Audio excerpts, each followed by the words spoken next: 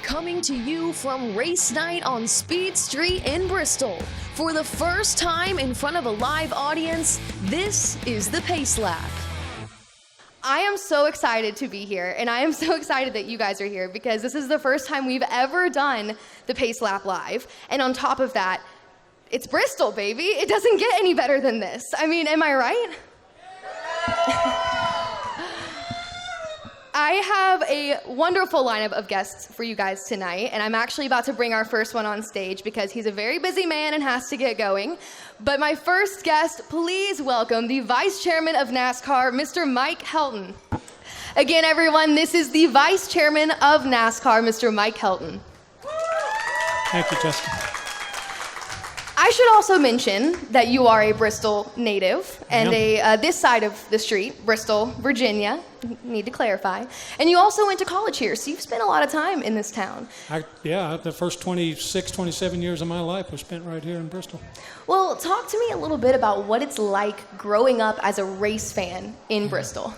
Well, you don't grow up here and not know about NASCAR. There's just no way of doing that. So it kind of hit in my before I was even a teenager, and so it was very influential when they built the racetrack to start with, and we were immediately attracted to it because it was something very new and fresh back then. But as soon as our dad took us down there, I was instantly charmed by it. I thought, my gosh, this is incredible. So it's always been a very special stop for me. Do you remember that moment, going to the Coliseum for the first time? Take me back there. So at the original track, there was a farmer on the backstretch that had a hillside. And so Dad took us up there, and we could only see like 3/4 of the racetrack because he just paid for a carload of us to sit on the hillside and watch from up there. But seeing the race cars on the racetrack and seeing and hearing the smells and everything was just being that far away, we still were captured by it. Well, from being a young boy watching the races on the hillside of the Speedway to now your 20 plus years having a tremendous impact with your leadership roles in the sport, what's it like for you to come back here each year, especially to events like this? So I really think there was somewhere in my career that it peaked. And I thought it peaked. But what I'm learning now, the older I get and the more I appreciate what NASCAR does and the communities that host NASCAR races, it makes Bristol more and more special now than it did 15 years ago. It's gone back to that original enthusiasm and specialness that it was when I first learned to be a NASCAR fan. Well, you talk about the communities that NASCAR is built on and the families, both in the fans and in the drivers and in the staff with NASCAR. And you're someone who's seen this sport amongst many seasons, a lot of growth, a lot of changes. And looking at where we are now, talk to me a little bit about where you see the future of the sport in the next couple of years. Yeah, I think, we may have hit a soft spot for a while, but I think we're getting our momentum back, and we get it back because of the personalities on the racetrack.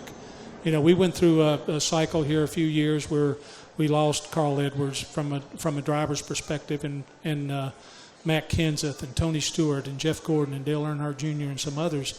And those are our ticket sellers. Those are the face of NASCAR is really the driver. There's a lot of moving parts and pieces. There's a lot of components. But the fans really identify with our sport when they attach themselves to a driver. And I think what we're doing right now with Kyle Busch and even Kurt Busch and Jimmy Johnson, but more importantly, the Ryan Blaney's and the Corey LaJoy's and the Chase Elliott's and the Bubba Wallace's, they are characters that our fans can attach themselves to, and we're beginning to feel that.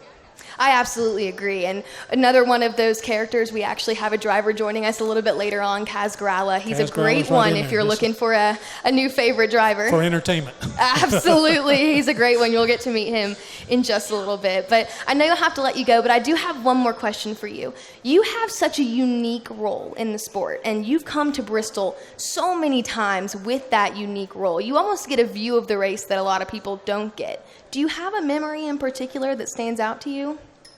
Oh, wow. I've got a lot of them, and there's been a lot of conversation because of the anniversary of it. But the night between Terry Labonte and Dale Sr. was one that I wasn't my fondest memory, but it's a strong memory. Thank you so much for being here with me Thank today. you for having me. It's an honor. It's an honor to sit down with you. This is another generation of family members in our sport. Thank you. Thank you so much. Everyone, Mr. Mike Helton.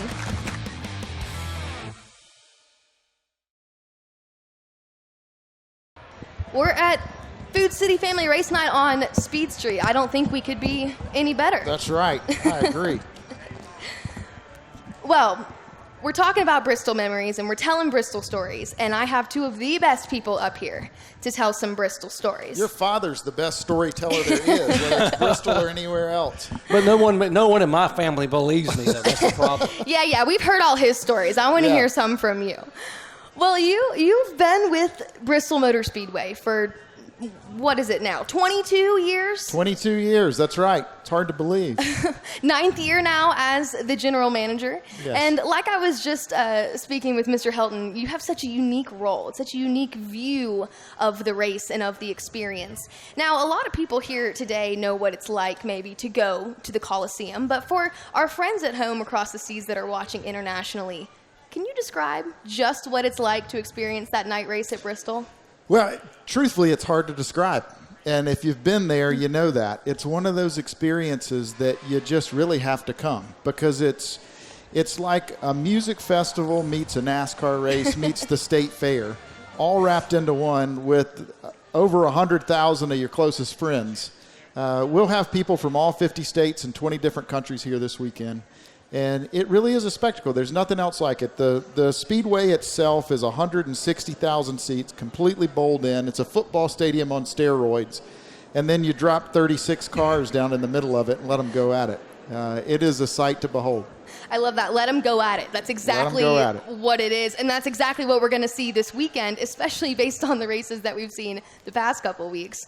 One of the other things that I love about Bristol is that the growth of the track and the Coliseum, and this is something that, Dad, you can speak to as well. Bristol is such a great example of the growth in our sport. You, having been there through a lot of this growth, talk to me about what that means for you guys and where you're headed in the future. Well, it is amazing. I mean, you look at Bristol as a special place, and it's always been a special racetrack, but when you take what was going on there and you put the likes of Bruton Smith, the master builder and the mastermind. I mean, who else is going to look at that in 1995, 1996, this racetrack that's been a great racetrack for many, many years, but it's in the middle of Bristol, Tennessee, and say, I'm going to turn that thing into a Coliseum and put 160,000 seats. And he did that, and he knew it from the beginning. He would say at the beginning, we're going to have 160,000 seats here. So it's an amazing place. It really is a spectacle. And then you see Colossus, the screen that hangs over the top now. It's really a 3-story building suspended over the top of the racetrack by suspension bridge cables. It's something to see. You know, you talk about Food City's involvement, and you wonder why, for people watching internationally, you wonder why a family grocery store chain would get involved in a major national sport. And about 20 years ago, I came over to do the race. And the gentleman who started Food City, Jack Smith, said, would you come up and visit our employees in Abingdon, Virginia? We got in his helicopter, and I said, and as we're taking off, I said from the racetrack, I said, why do you guys do this? He said, let me show you something. He tapped the pilot of the helicopter, and we veered back over to an area in Johnson City. And it was a block. And there was a grocery store here, and right beside it in the adjacent parking lot was a Food City. And the Food City was packed. The parking lot was jammed. People were trying to walk in and out, and the grocery store beside him had 4 cars in the lot. He said, these race fans are loyal people. We support their racing. They support us. He said, that's why we're here. And that's what NASCAR is about, the incredible support and loyalty to the consumer that go to the store. And it's such a small world. I mean, a neat story with Food City even getting into racing back way back was... It circles back. Jeff Bird, who was my father-in-law and also used to be general manager of Bristol Motor Speedway and a longtime friend of Doc's, was with R.J. Reynolds before that with the Winston brand. And Winston paid for Food City to get on Dale Earnhardt's car. And at Richard Childress, number 3. Pretty good car, by the way. It was. Yeah. They did okay with that. It was a pretty good move. And that was one of their entries into the sport of NASCAR. So it's all a big circle. You talk all about connects. When we first started doing racing, when ESPN first came to do an event at Bristol, we went back and saw some of the footage, and I think that someone estimated there were like 19,000 people there.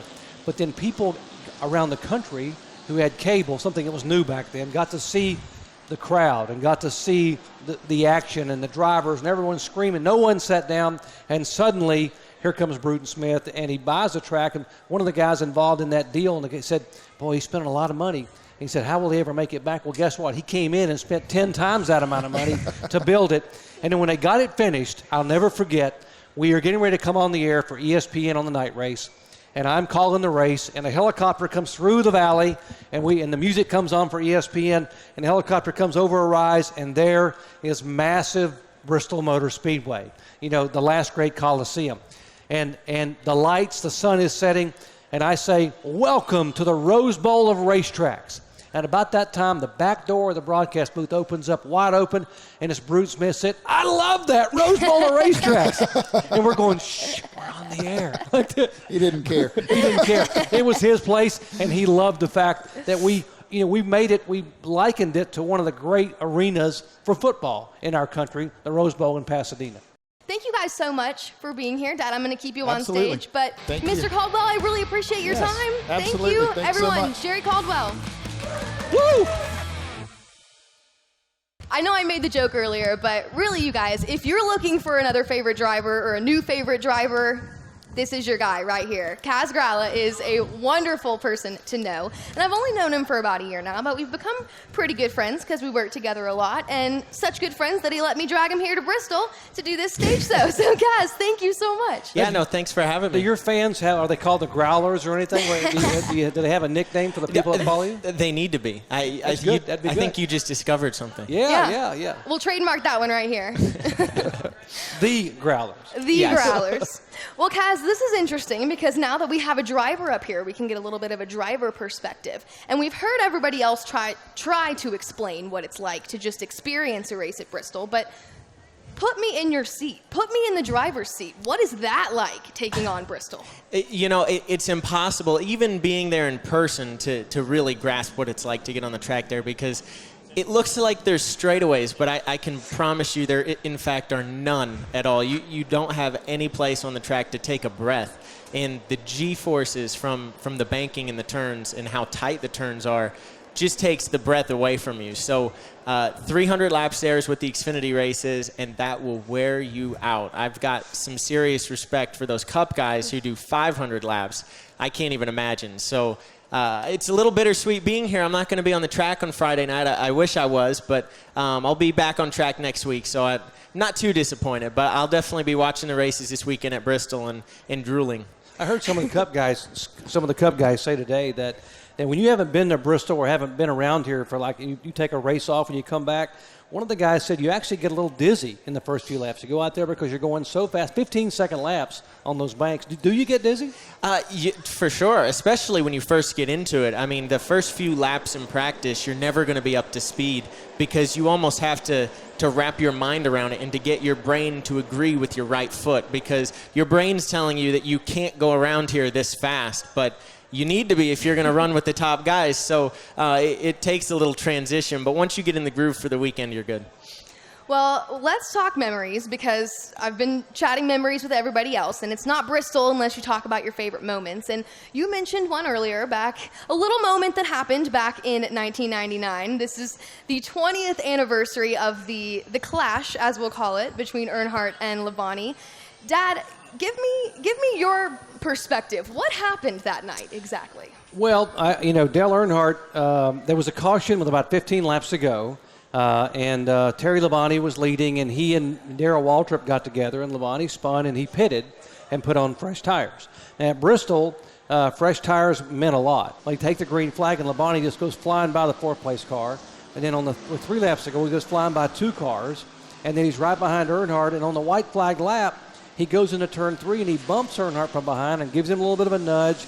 And then coming out of 4, they get up, and they bump doors, and Labonte goes by, taking the white flag. But Earnhardt went into turn 1 and never lifted. And he goes right in the back of Terry Labonte, and as he met, he bumped him.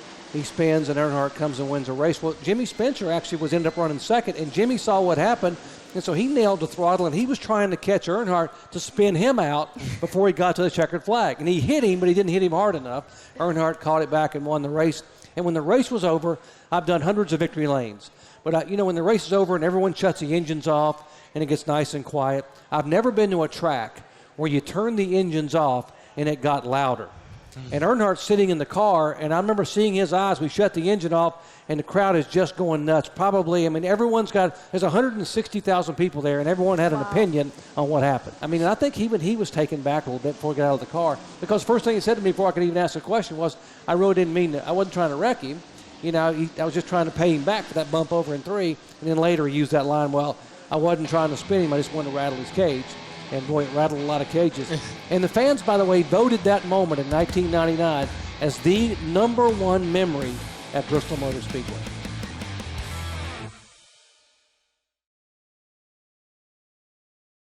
Well, Kaz, let's talk about your season, because as you mentioned a little bit earlier, you're not racing this weekend. You're getting to enjoy it and experience it like all of us are as fans, which isn't too bad if I do say so. But you are hopping back in the race car next weekend, and we'll catch you racing at Road America. So talk to me a little bit about your confidence heading into that race. I'm really excited about Road America. Road courses have always been one of my favorites. I kind of come from a road course background, I guess. Early in my career, I raced go-karts, and that was all on road courses. I never did any ovals or dirt like a lot of the other guys. So I come from a little bit of a different discipline, and so I feel like that helps me on the road courses. And I've got a little bit of sports car experience, too, in IMSA and doing the Rolex 24. So I'm really excited about Road America. That's one I had circled on my calendar all year. And RCR's road course program is really, really strong. So I've got a lot of confidence going into it, and my crew chief has even won a race there before in Xfinity. So a lot of good things going on for next weekend. So hopefully we can have a day come together for us so we can be up in contention for the win. Well, Kaz, one more thing, too, in regards to your race this weekend, is I want to point out right there on your shirt, you have some Hot Scream going on. And if you aren't familiar with what Hot Scream is Kaz's sponsor. And he let me try a little bit of it, but I'm going to let him explain exactly what that is, because I believe that you need to try it as well. You definitely got to try it. It's called Hot Scream Spicy Ice Cream. It's regular ice cream flavors. It's all vanilla with a flavor swirl in it. So they've got chocolate, strawberry, caramel, all sorts of good stuff. But after you eat it, you start to get a little bit of heat in the back of your mouth, and you got to take the next bite to cool it off. So it's a really cool sensation and definitely a unique product that you've got to try. And we're working on right now trying to get it sold in Food City. So if you guys can go into your local Food City and request it, that helps us a lot. So hopefully we'll have it available soon for you guys. Well, Dad, you got lucky here, because the first time I tried Hot Scream, I had to try it on camera in front of everyone, and we didn't bring in any for you to try I can't today, wait to try. I've heard about it. I've heard people say it's delicious, and it really, it's different. It's an ice cream sensation with a little kick to it. It's really, really good. I will tell you, though, what's not good. So a couple episodes ago, I was on the Pace Lap, and I brought in spicy ice cream.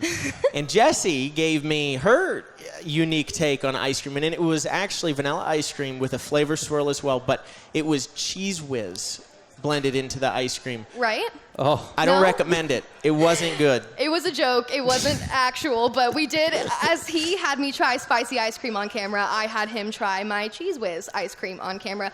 I enjoyed mine a little more than he enjoyed his, but it was all in good fun. He's still here, right? So I didn't scare him off too bad. So where is Hot Scream based? Where's the company?